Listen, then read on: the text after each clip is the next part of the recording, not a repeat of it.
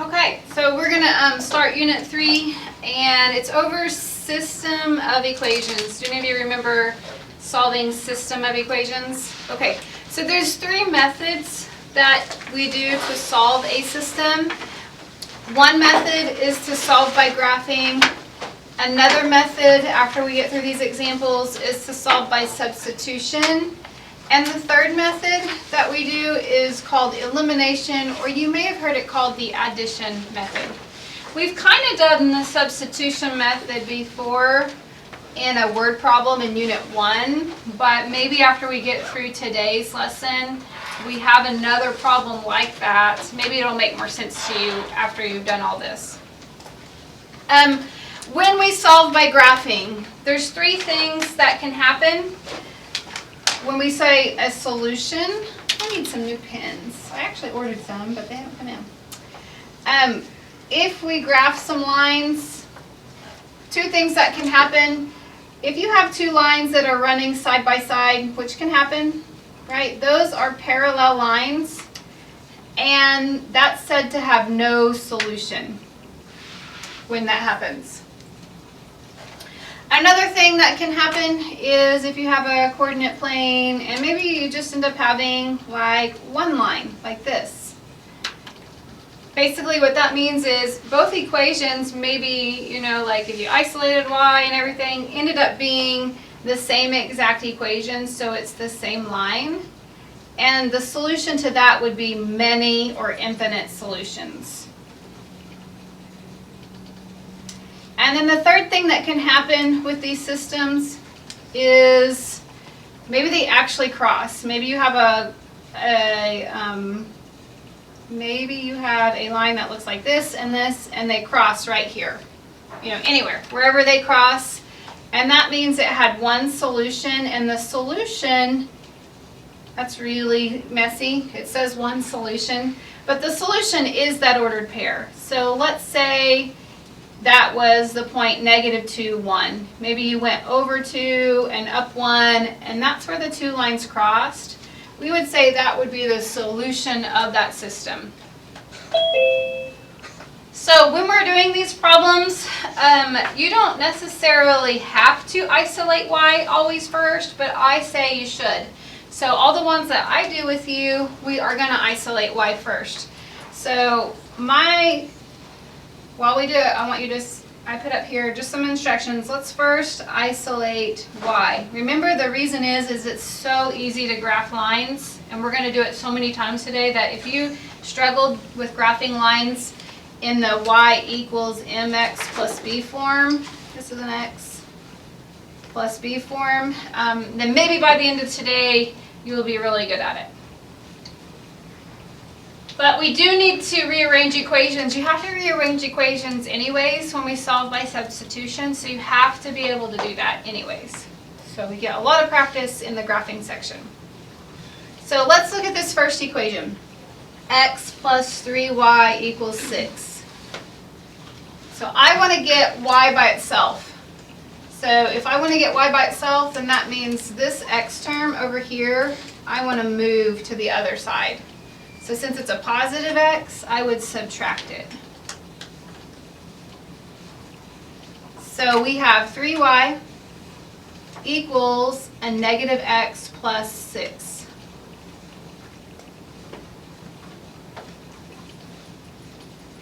And then to get y by itself, we divide by 3. I would probably, remember x has an understood 1 there? Just because of graphing and stuff like that, I like to see an entire fraction in front of x, like to the left of it. So you could write this as -1/3x, which would mean the same as -x/3 plus 2.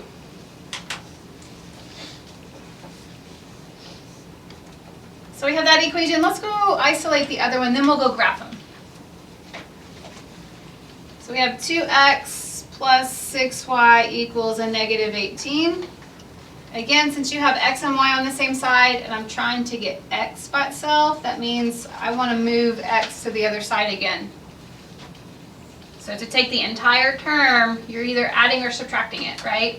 In this case, we're subtracting again. It's a positive 2x, so we need to subtract it.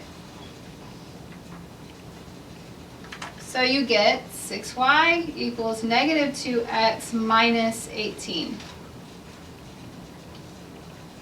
What now? Divide by 6. Divide by 6, good. All of it by 6, so we get y equals a negative 1/3 x minus 3. So those equations aren't exactly the same, but what is the same? Their The slope. Their slope, The x, the slope. And that's why why it's really good to go ahead and put these in slope-intercept form. Because you're going to already know that these are parallel lines. Do you remember learning that? If they have the same slope, we know that these are parallel lines, even before graphing them. So they're going to have no solution. If you're doing a quiz or a test for me, and you can look at that and know that they're parallel, you still have to graph them though, okay? But in WebAssign, they're going to tell you to solve by graphing but not give you a coordinate plane. Would you have to graph that? No, you wouldn't. You would already know, hey, these are parallel lines, they're never going to cross, there's no solution, okay? So remember, to graph this, you always start with a point on your y-axis. And since it's a positive 2, we're starting at 2. My slope is a negative 1/3. You need to give the negative to either the top or the bottom. I gave it to the top number, so we're going to go down 1 and to the right 3. So you're going to go down 1 to the right 3. And I usually do it at least, that way I have 3 points. Down 1 to the right 3. And if you have a straight edge, it is good. There's already so much human error in graphing, but just do your best. If you don't have a straight edge, you can use your cell phone as one. I use it, I oftentimes use it as my straight edge, but not on a test. You can just freehand it. And then let's graph this one. I'll graph it in a different color. So where are we starting on the y-axis for this equation? Negative 3, so down 3, 1, 2, 3. And it has the same exact slope. So we're going to go down 1 to the right 3, 1, 2, 3. Down 1 to the right 3, 1, 2, 3.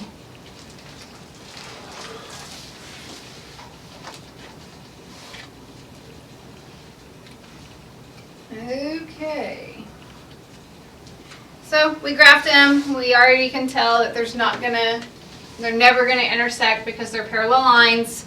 So again, that is why there's no solution.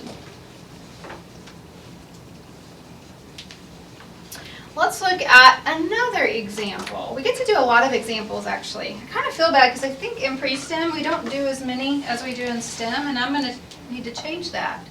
I think we need to do more in my pre-STEM class. I like that we have so many examples with you guys.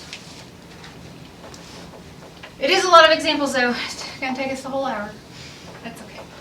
All right, let's look at this one. So again, first thing, you're given 2 equations. We need to see what the solution is. You should think the best thing to do in all of these, number 1, it's super easy to graph when it's in slope-intercept form.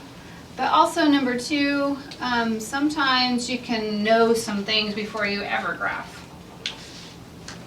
like you did in number 1.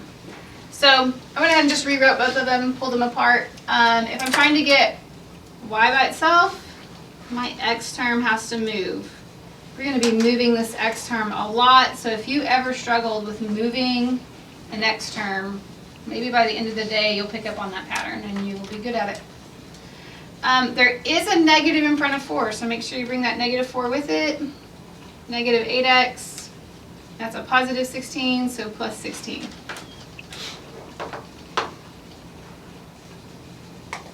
To get y by itself, we're dividing by a negative 4. So y equals a positive 2x minus 4.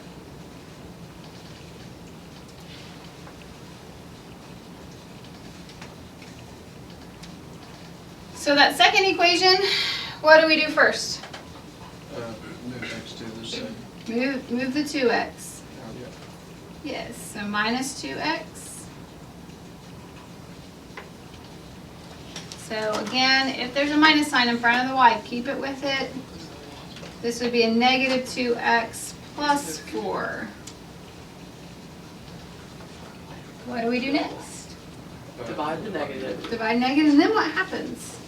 and then they become infinite in solutions. Yeah, then it's the exact same equation. It changed all their signs, and so they're the exact same. So we could say, first of all, same line. And they have to graph one line to do that. And then we know that they have many or infinite solutions. They share all of the same point.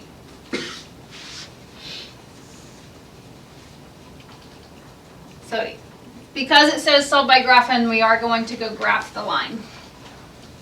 So if we are starting this, where are we starting on the y-axis? -4. At -4, that's your b, right? Your y-intercept. So -4, 1, 2, 3, 4. And my slope, remember, is 2. You might think 2 over 1. So since it's positive, we're going up 2 and to the right 1. So up 2 to the right 1. Up 2 to the right 1. And we draw a line through just to show that line.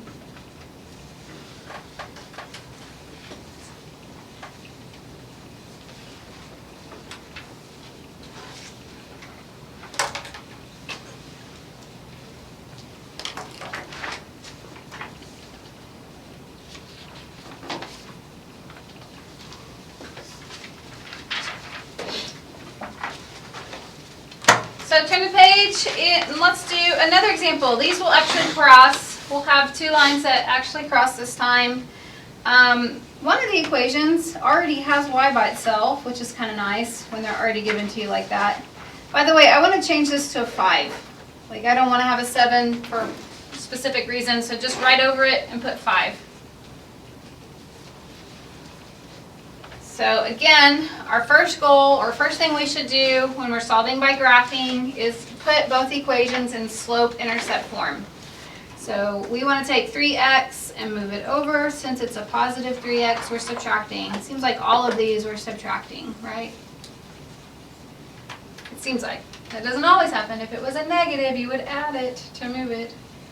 So we would bring down negative 5y equals, we need to put our x term first, so negative 3x, and that's a positive 5, so plus 5.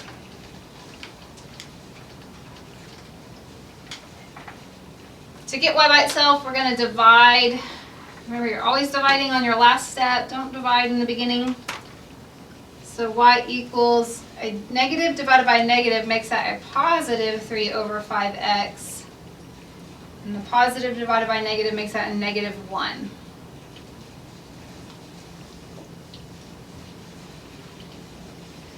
Okay, so we can go graph both of these lines the way that they are. This one, we're starting at negative 1 on the y-axis. So right here, and my slope is positive, so I keep writing this just in case you struggled with graphing in this form. So that means we're going up 3 and to the right 5. So up 3, 1, 2, 3 to the right 5. 1, 2, 3, 4, 5. Up 3, 1, 2, 3 to the right 5. 1, 2, 3, 4, 5.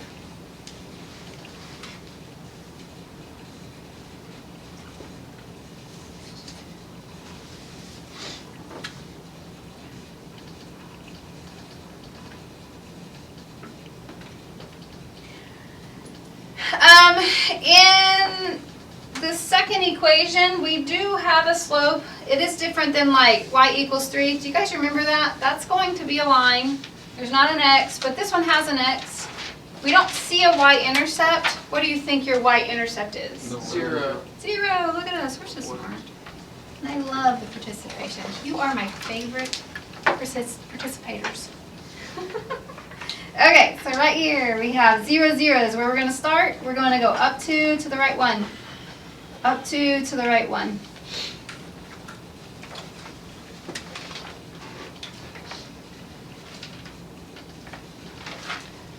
And then we're going to draw our line. And so these two things do cross.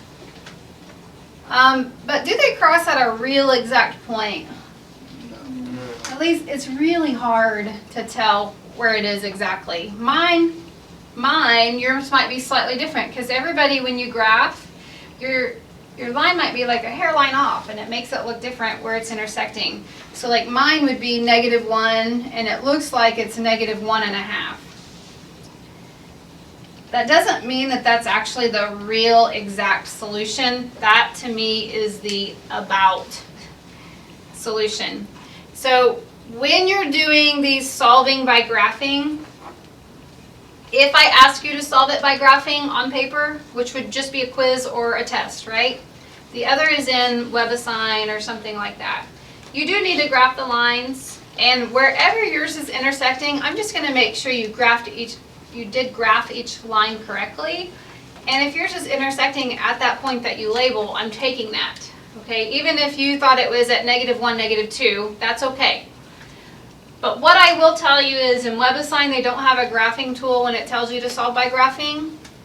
I would solve by one of the other two methods that we're learning today because it wants the exact spot. And sometimes it doesn't cross at an exact whole number anyways, and you can't get the exact visually. So I would solve by one of the other two methods, and then if you just want to practice graphing it, you can sketch it and graph it, which I recommend you doing because you do need to remember how to graph. So just for yourself, sketch it and graph it, and look to see if your graph would be near the point that you found algebraically. Okay? If you're taking a test at the end of the year, right, and if I say on the test, solve this system by graphing, and it's multiple choice, don't graph it. Just go do something else, one of the others. Because graphing is about the worst way to be most exact. It is good visually for you to see what's happening. It's just not exact because we're humans, we're not computers. Okay, let's go do two more. This one we have y equals 2x plus 3. We don't have to move anything around, so I'm going to start at 3 on the y-axis, and my slope is 2 or 2 over 1. You might want to think of it like that because we do need to, it's rise over run, we do need to run one spot.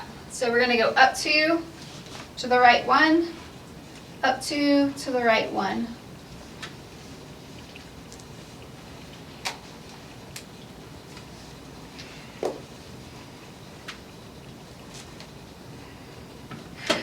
And then if y equals 3, remember that's not a point, it is a line. This is where we are crossing the y-axis. If y equals 3, it's crossing that axis, that same letter's axis, at 3. So this is a horizontal line. So I know when we're counting y, we move vertically, but remember, I talked about this previously when we were graphing. I know stairs, you're moving upwards when you go upstairs, like in Wilkin or Harold or whatever. You're moving vertically, but those stairs run horizontally. So y is actually a horizontal line. So where those 2 points intersect, 0, 3. right, very good. Right there at 0, 3. Don't just say 3. Make sure you are saying it's an ordered pair and it is 0, 3.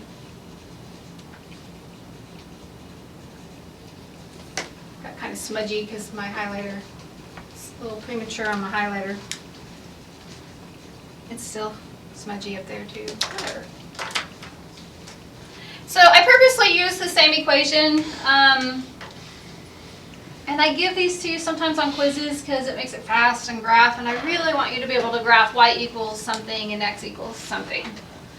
That happens kind of a lot, it seems like, in some of the stuff that we do. So we're still graphing that 2x plus 3. It's the same line.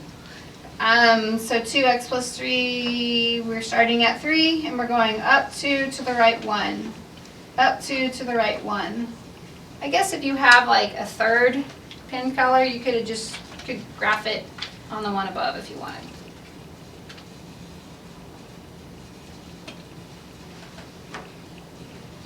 But if x equals 3, this is crossing the x-axis at 3. So this is going to be a vertical line. So,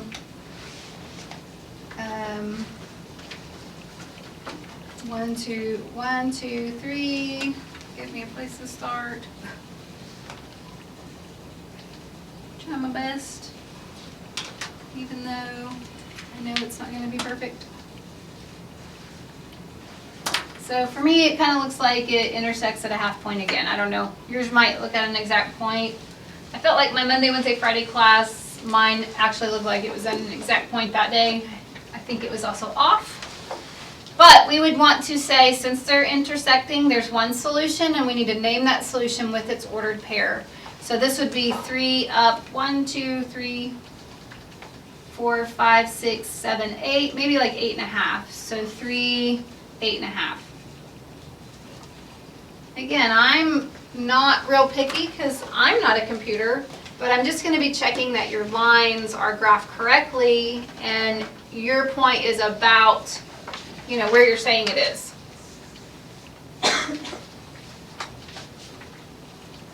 Because maybe that's like 8 1/3. We really could never figure that out visually. So again, this is a graph to represent it, and a lot of things like application problems we do, you can make graphs out of them to show visually what's happening with a system. Maybe it's like a profit type example, and you want to know where, if we were starting at a base price here and a base price over here that's different, but the change is the same, where do they have a break-even point, basically. So visually we can see that on graphs, and it is helpful, but we can solve these algebraically. So let's turn the page and go over solve by substitution. You might remember this a little bit from when you were in your algebra days, your previous math life. Also, we did it a little bit in Algebra 1 when we were solving those word problems that was talking about interest, if you remember. But what we're going to do is, we have two equations. If one of the equations doesn't have an x or a y already isolated, you're going to have to choose what to isolate. In this case, y is already by itself in this second equation. Do you see that? So all we're going to do is take that value for y, get rid of my black on my marker, and we're going to plug it in for y in the other equation. I'm sorry that it did that, but you guys can see through it, I'm sure.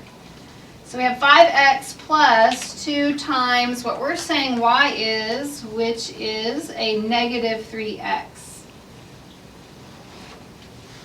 And that equals negative 4. Wish I could just take away the highlighter that I did, but I can't. All right, so now we're going to start doing some math. I'm going to have to multiply before I can combine any like terms. So 2 times negative 3 is a negative 6x. And then we're taking 5 minus 6, which is a negative 1x. Am I done? Nope, we need to divide by negative 1, so x equals negative 4. It should be 4. I guess it was negative 4. Oh, it is negative 4. Like, I just changed it. Thank you. I did that to be sure you were really paying attention today. I like to make mistakes for that reason. So, if you know one value, you can go plug it into either equation. It doesn't matter, and you get the value for the other letter, like for y in this case. If I know x, I can go find y. To me, the math looks the easiest if I use the y equals negative 3x. A lot less math to do, so I'm just taking negative 3 times 4. So y equals negative 12. So again, if you were to graph these lines, it is an ordered pair. It's a point on a coordinate plane, so you're going to answer it as an ordered pair. You'll put your x value before your y value. Always. But in this case, we found x first, so it wasn't too confusing. But sometimes you might find y first. Just make sure you put your x part before your y part in your ordered pair. lot of times that is the mistake that'll happen and it'll make it wrong. But if you look at number 2 in this one, it's really not quite as obvious like which one you want to use to plug into another, because both of them have x's and y's on the left. Those x's and y's all have coefficients. So you can just choose. I'm probably just going to choose to isolate y, just because I did it in my other classes, so it's the same in my notes. There's really no reason. I just chose to isolate y in the first equation. So what we would do is subtract 3x. I mean, I at least had no reason of choosing that. So I'm going to leave 2y equals and bring down negative 3x minus 4. So then to get y by itself, we would divide by that coefficient, that number 2, divide by it. So y equals a negative 3 over 2x minus 2.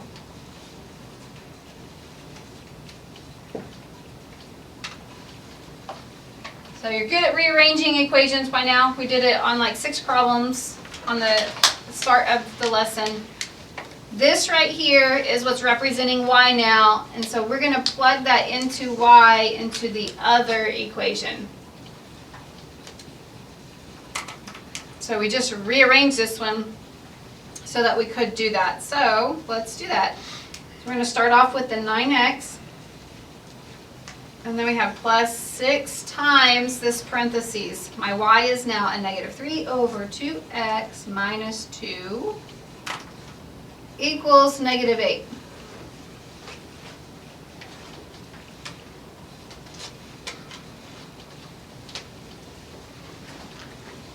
So let's bring down our negative, or our 9x, and let's distribute 6 times negative 3 over 2. You can do this in your calculator, or if you just... Negative 9.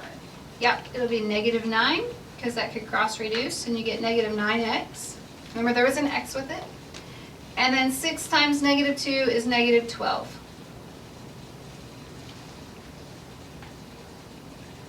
So our x values ended up zeroing out.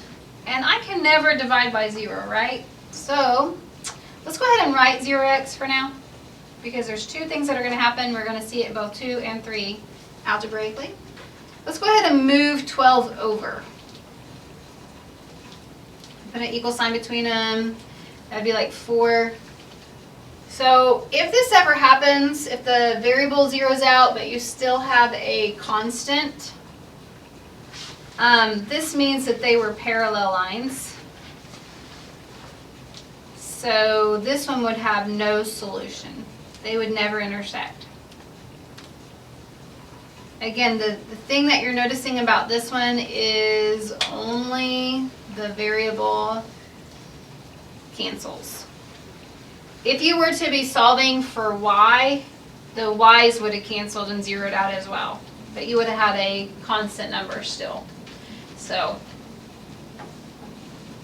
if you were graphing these and you put them in slope-intercept form, you just notice they have the same slope.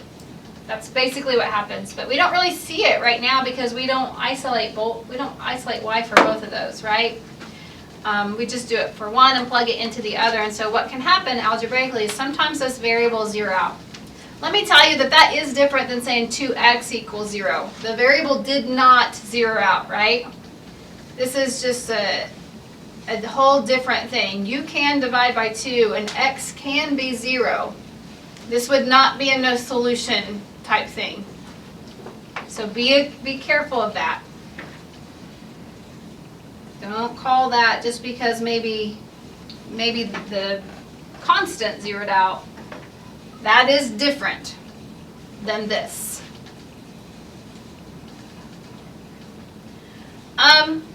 In number 3, I probably, looking at these 2 equations, would go to the second equation and isolate y.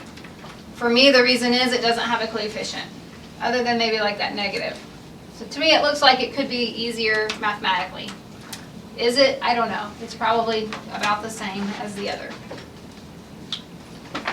So let's move 2x over by subtracting. We've done a lot of subtracting.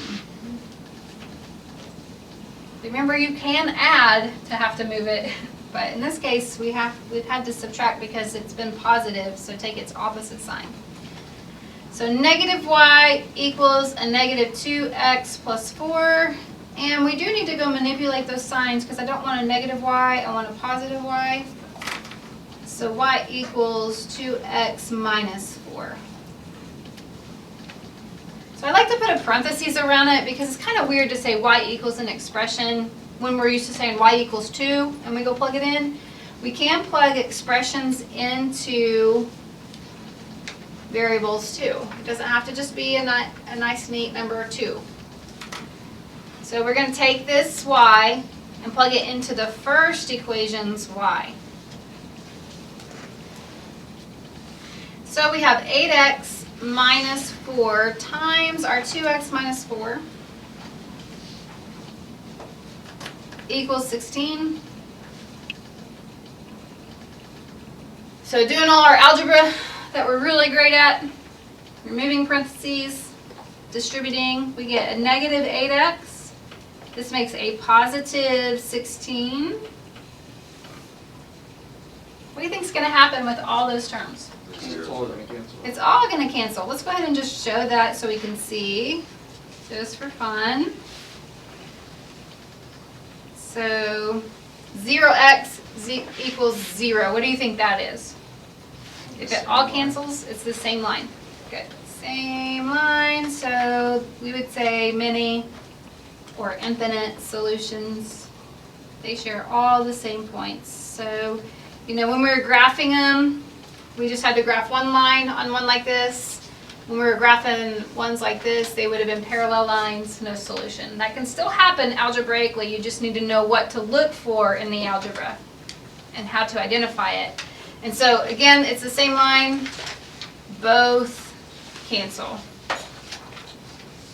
Both the variable and the constant cancel. That's the difference between those two things that we just learned. Okay, so now we get to go to the elimination method. So sometimes substitution is the best to use. A lot of times it's because maybe you're using like really, really big numbers or really, really small decimals or something. And substitution definitely would probably be the better one to choose. But elimination is often a little bit easier, I think. Basically, we want to eliminate the x variable or the y. Again, there's choice. It's not quite as black and white, but you just have to make a choice and stick to it. Okay? In this case, it's not really obvious in number 1 which one you might do. I probably would, my eyes would probably go to the terms that have a positive and a negative already. So the y's. So like I'm looking at that first, and I know that I could multiply 5 times 2 and make a 10y, and I could multiply negative 2 times 5 and make a negative 10y. And that would cancel out. That would eliminate it. And that's kind of what we're looking for. Could I alter these equations so that we can cancel out a letter? So to do that, I would have to multiply this top equation by 2, and then this bottom equation by 5. A lot of times you can just flip-flop the coefficients as long as there's opposite signs, and you don't have to think a whole lot if you do that. So if we do that, 2 times 8 is 16x, 2 times 5y is 10y, equals 9 times 2 is 18. Down here, 5 times 3x is 15x, minus 5 times 2y is 10y, equals 16 times 5 is a negative 80. So again, it's called elimination because we want to eliminate a variable, and then we add. So that's why some people refer to it as addition method. Then you add the equations together, like the x's would be a 31x equals a negative 62.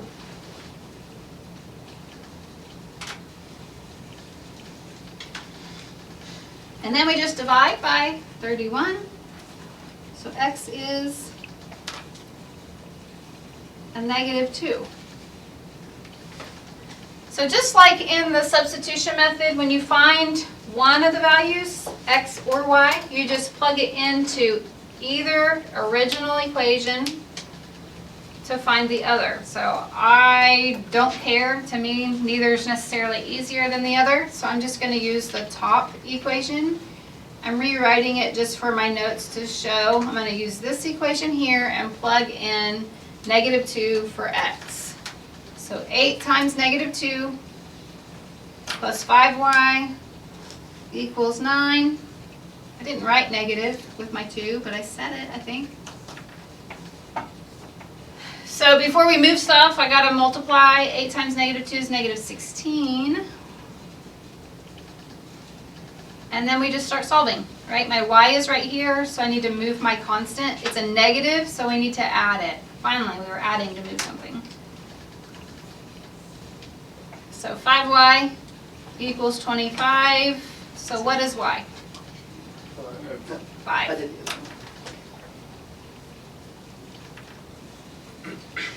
So -2, 5. If you were to graph these equations, that's where they'd intersect. Yes? So for when you multiplied each equation by 2 and 5, you just like tried to find a common number. Like 10 was the common number, you just tried to get it to them. Yeah, so like if I was looking at 2 and 5, I'd think, what can they both go into? Okay. Where sometimes it'll be like 2 and 6, and like you don't have to multiply one equation, you just have to multiply the other. So, Right. Yeah. so Which it like, wouldn't well, be this negative? next one, you'll see that in number 2. Where sometimes you don't have to 15. multiply both equations. Sometimes you can just multiply Oh, one. because it would already be, you could just do the top one times 3. Yep, and then get there it. you go. If you already got it. What were you saying, Chandler? If the, how is the 2 negative? Like the -2, it turns into a positive 2 whenever you multiply it. Where are we Do at? we just put the, on the top, the red? Because it was a negative as an No, x. sorry, on the other side. The Um, original, yeah. I only multiplied it times a positive because this was already a positive. So we just leave the negative if it, is that fine? I'm not sure I'm following your question. So up here, they were already opposite signs, so we're not going to multiply with a negative. You both Okay. can cancel, so one's positive, one's negative. All right. If they were both positive, I would want to use a negative when I multiply in the very beginning. Yes. Okay. Let's look at number 2 and I'll go over that actually. Alright. So if you look at number 2, I could multiply the top equation maybe by a -2 to eliminate the x's. Do you guys see that? That's where you might need to multiply times a 2 or a negative. Why would I have to multiply with a negative?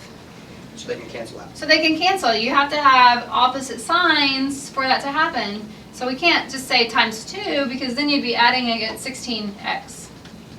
Or I could look at my y's and say, well, if I multiplied my y's, maybe if I want to get rid of those, I could multiply times 3. They're already opposite signs, so I'm not multiplying with a negative sign. So it really doesn't matter which one you choose. You still get to the right answer. I personally, because they're already opposite signs, would probably say, yeah, I'm going to go with the y's.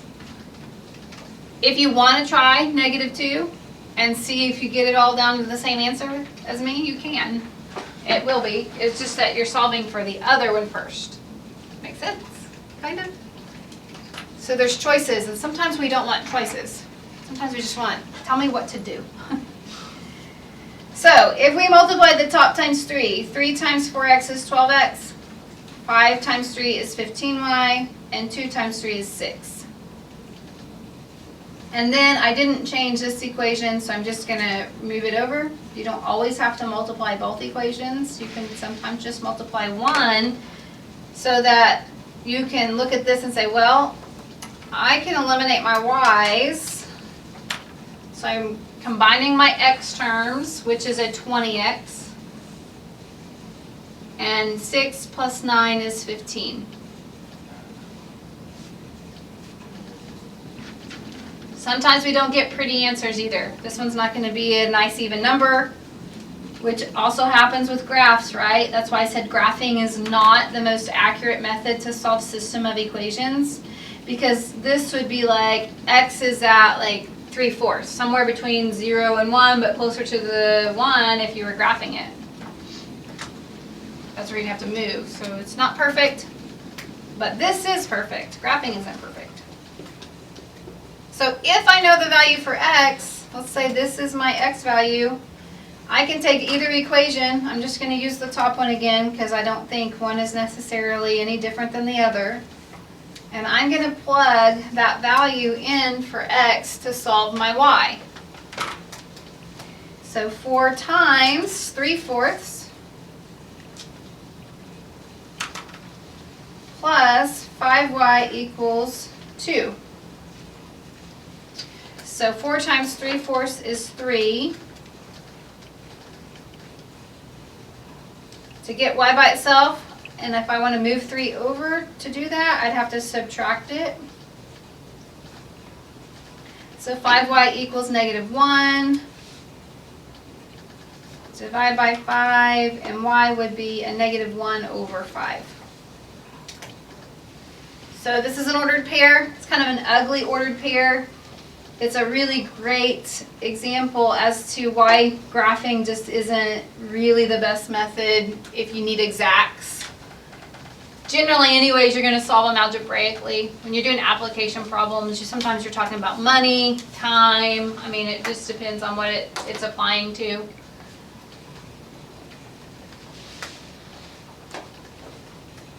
So just to kind of reiterate a couple things that can happen, we see it easier when we're graphing, but a system of equations is considered to have no solution when only the variable term zeroes out, and that's because they are parallel lines. You can get more descriptive with your y, but I'm just going to say they would have been parallel lines. If you put them in mx plus b form, you'd see they have the same slope.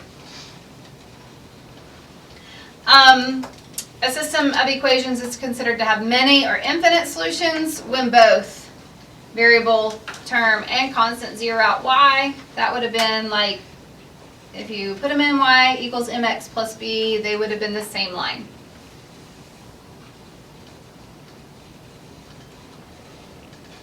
Any other time there's an ordered pair, that is your solution. They have one solution because they cross somewhere.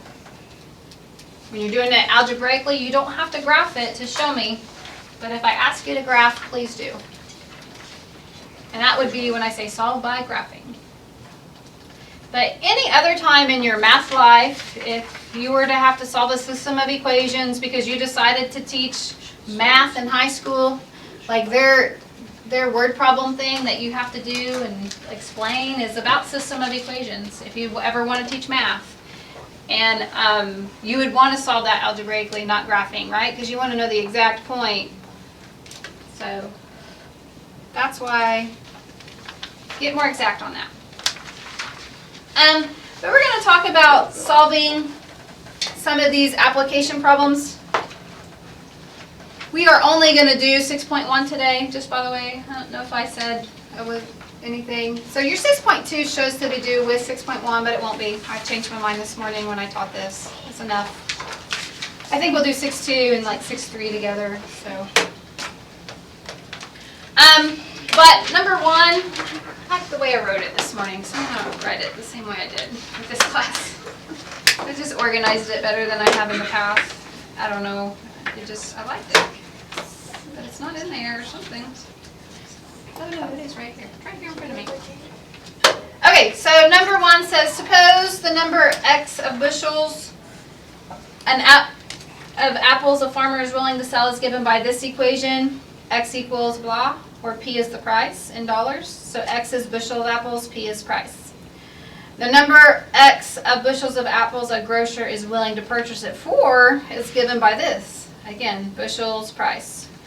They want you to find the equilibrium price, basically between what's kind of like if they were to get together and kind of come to a agreement, what's the equilibrium price between what they want to sell it for and the grocer wants to buy it for. So if you just write them both down, I don't usually do this, but I did this morning. If I write both of those equations down, copy them down so we can see them. We are solving for P. Even if you didn't know what any of that mean, it says find the equilibrium price. All we have to do is solve for P. We don't have to find X and Y, for instance.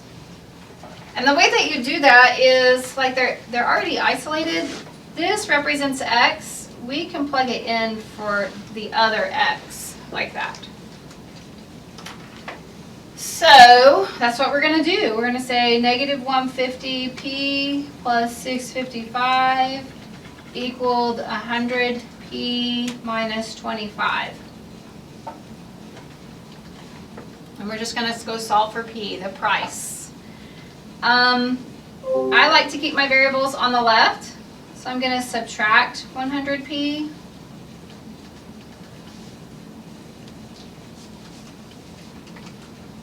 So that would be a negative 250p. And then I'm going to move my 655 to the other side. Remember, this is when you're playing flip-flop. Get your variables on one side and your constants on the other, and that would be a negative, what is it? 680. 680. I was actually like flipping that in my mind. I wasn't even doing the math, I was just trying to remember without like doing math. Silly me. Divide by negative 250. So in your calculator, is it 272? Let's see. So we know negative divided by negative is a positive, so I don't even do that in my calculator. So 272. If you got a negative price, would that have been possible? No. Not really, not in one like this. You know, they're trying to figure out what price they can make an agreement on for them to sell it for and them to buy it for. It's not going to be a negative price. I guess there could be negative prices in that, like if you are losing money in retail. So there can be negative money, but not in this case. That would not be a reasonable answer. So all we had to do was find one of the variables, not both. But in number 2, we are going to have to find the rate of the boat and the rate of the current.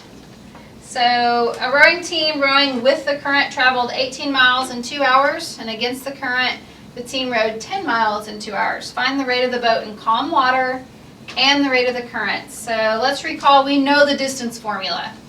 We know distance equals rate times time. And so I'm going to call the rate, because we're working with rate of the boat and rate of current, and then it makes an expression for our rate. So rate can't just be R, rate's going to be kind of an expression now. So I'm going to call the rate of the boat R, and I'm going to call the rate of the boat C, which rate of the boat might be kind of confusing by using R, but it is what it is. It's what I chose. So if I say I'm going to represent the rate with the current, that'd be like saying R plus C. If I'm going to say against the current, I'm going to say R minus C.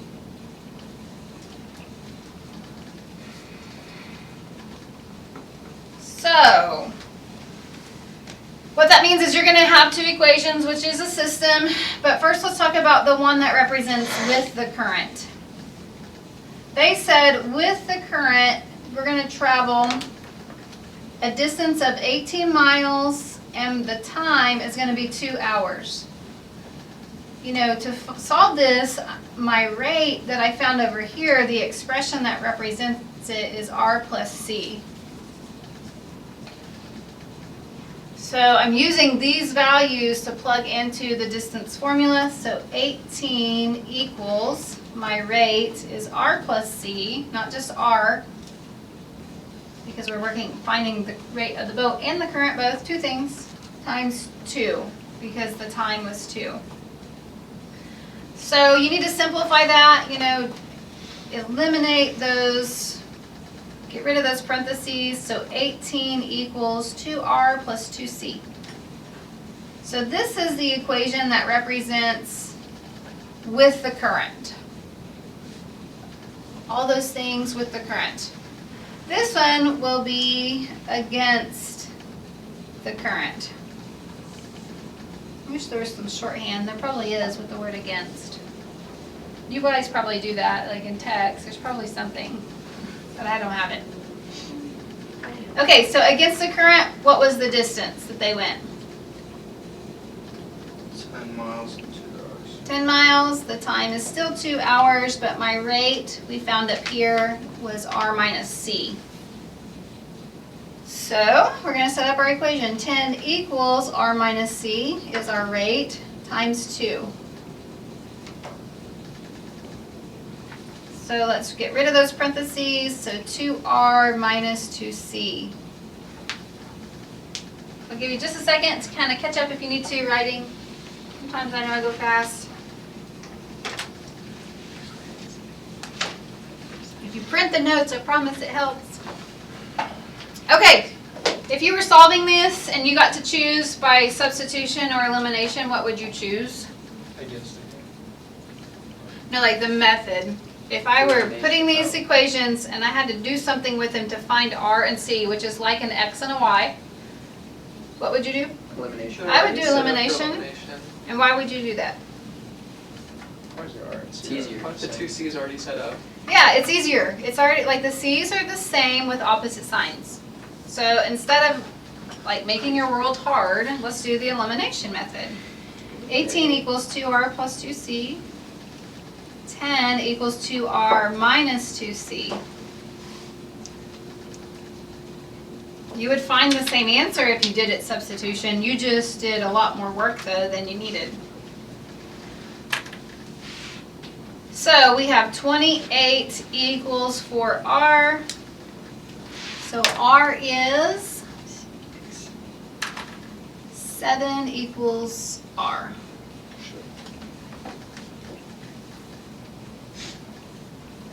So again, what is r? What did we say r was? The rate of the boat. That's where, maybe I should have used a different letter. I'm not ever going to change it though.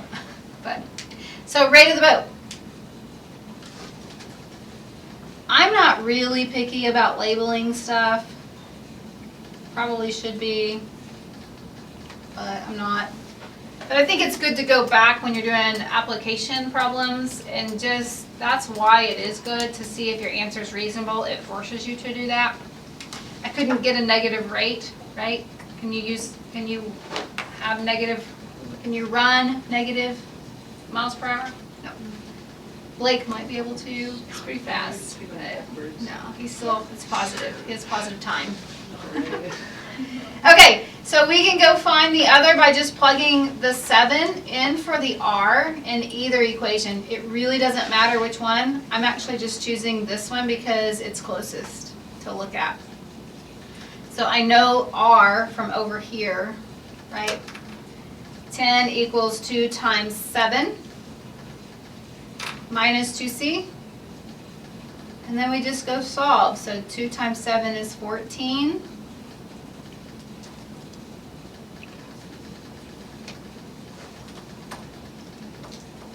Then to get c by itself, we want to start subtracting 14. Let's move that to the left to get the c term by itself. So we have negative 4 equals negative 2c. 2. So again, you couldn't have a negative current rate. So if you accidentally said that's negative 2 miles per hour, that wouldn't be reasonable. So just be careful of that. You might be like, oh yeah, I forgot that sign. It's a positive 2. But that's what that represents. So we don't have to show that as an ordered pair though. I know, when we're doing the algebra, when we're doing the graphing, we are talking about x's and y's, and it's referring to a graph at that point. So you do need to answer those as ordered pairs. In this case, it's an application problem. It's not even an x and a y. You're just answering the 2 different values. Just be sure if you're doing that in WebAssign that you do plug the, like if it's, WebAssign's going to say rate of the boat for you, so you need to know which is which. So you kind of already are labeling it, just not on paper always. Okay, last thing is, we did one of these in Unit 1. It was a problem about interest. Do you guys kind of remember that? We did like a tic-tac-toe thing, and we set up 2 equations. If you didn't quite get it then, maybe it'll make a lot more sense now, because we went through all this. But remember, when we talk about interest, you don't really have to know this, but I'm going to tell you. When we talk about interest, your principal times your rate equals the amount of interest if you're investing like you would earn. We love interest when we're talking about earning it. It's like you make money from your money, and when you invest it at a specific rate, depending on how risky you want to be in the stock market or whatever your investment's in. So that's what this problem is about. It says Julie has just retired and has $600,000 in her retirement account. She wants to produce income. She's looking at two investments, a risky one and a safe one. I'm going to underline two investments. A very safe annuity, that's 3% interest, and a riskier one, that's 7% interest. So that's distinguishing between the two interests that we're going to call X and Y here in just a minute. She'd like to invest as little as possible in the riskier bond. That's why she's not just dumping all $600,000 into it. But she definitely has to produce $40,000 a year to live off of. How much should she invest in each account? So this is where like I do like this tic-tac-toe thing to help me make the accounts or the equations. Again, if I have two investments, they don't give them names, but we're going to call investment 1 X and investment 2 Y, the two different accounts. And then we know that she's going to invest a total of $600,000. That's principal amount. That's the amount she's going to invest. So this would be like your P times your R, your rate. If it's 3% interest, we work with that as a decimal. Remember, that's 0.03. Just a reminder, you take your understood decimal and move it 2 places to the left. If it's 7% interest, 0.07. She wants to produce, remember this equals interest. That's what all these things represent up here. She wants to produce $40,000 a year. That would be the interest that she would make from her money that's invested. So that's all basically what you get from reading it, and if you just put it in the tic-tac-toe, it helps you create your equations. To get what goes over here, you're just going to multiply, like it says up here, principal times rate. You're just going to multiply and put 0.03 X, 0.07 Y. So this will represent how much she needs to invest in the 3% account and the 7% account. So your equations come from this right here. Remember, going up to down, so this right here is, there's never anything here in an investment problem. It's just blank. So to create our two equations, we have, I'm going to do it here, X plus Y equals 600,000. So you move top to bottom, and it's like you add these and you set it equal to that bottom row. And then same here, 0.03x plus 0.07y equals 40,000. So you could solve this either method. You could do elimination or you could do substitution. A lot of times when you're working with decimals, you'll probably hover towards substitution. You could probably multiply that top equation times a decimal, but you'd have to use a negative and do elimination, and that actually would be fine. But I'm going to go through substitution, that way we're doing two different in application problems. I would lean towards that just because I'm looking here and I see it's really easy to isolate X or Y. Which one do you want to isolate, X or Y? X, okay. So we would subtract Y over if we did that. And so my new equation, where it's going to be represented by saying X equals 600,000 minus Y. So this is how, when we learned it, if you remember, that I taught it way back in Unit 1. So let's go solve. 0.03 times 600,000 minus Y. And then we have plus 0.07 y equals 40,000. Make sure you get the right amount of zeros in there. So when you plug that in, you know, if you're looking here, you should only have y's now. If you have an x and a y still, you probably put it in the wrong letter on accident. I've done it, so just make sure you look at that. Now let's go distribute. 0.03 times 600,000 is 18,000 minus 0.03y plus 0.07y equals 40,000.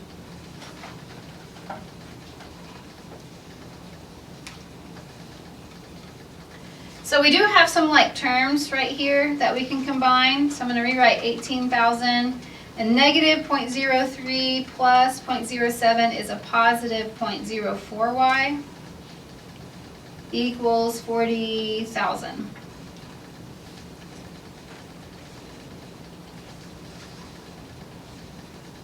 What would we do next? Subtract 18,000. Subtract 18,000. Good.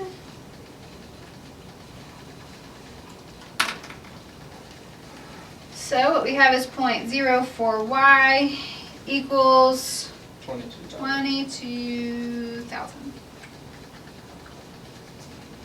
Last step. Divide by 0.04. Divide by 0.04. I guess it's almost, I mean, it's the last step in this part, which I think is $550,000.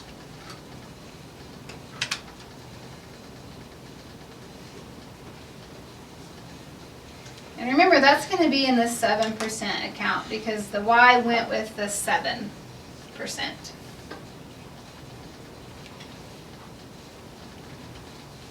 So now to go find the X value, I would just take that X equals 600,000. That would be the easiest way to do it. And I would subtract the Y that I just found. I had to kind of bump it below because it was a little bit too long for me. So my X would be 50,000 in the 3% account. So while she wanted to invest the least amount possible she could in the riskier account, the 7% was the riskier one, she still had to do a majority of her money because she wanted to produce more interest. She wanted to produce $40,000. And if she didn't put a big chunk in it, she wouldn't have, right? So she didn't throw it all in. She did kind of reserve 50,000 in a safe account to protect it, I guess. But that is, hopefully, helps you a little bit from Unit 1. We did some like that. We did some with interest, and I know we did some with like some metals and stuff, if you remember, some like silver alloy and everything.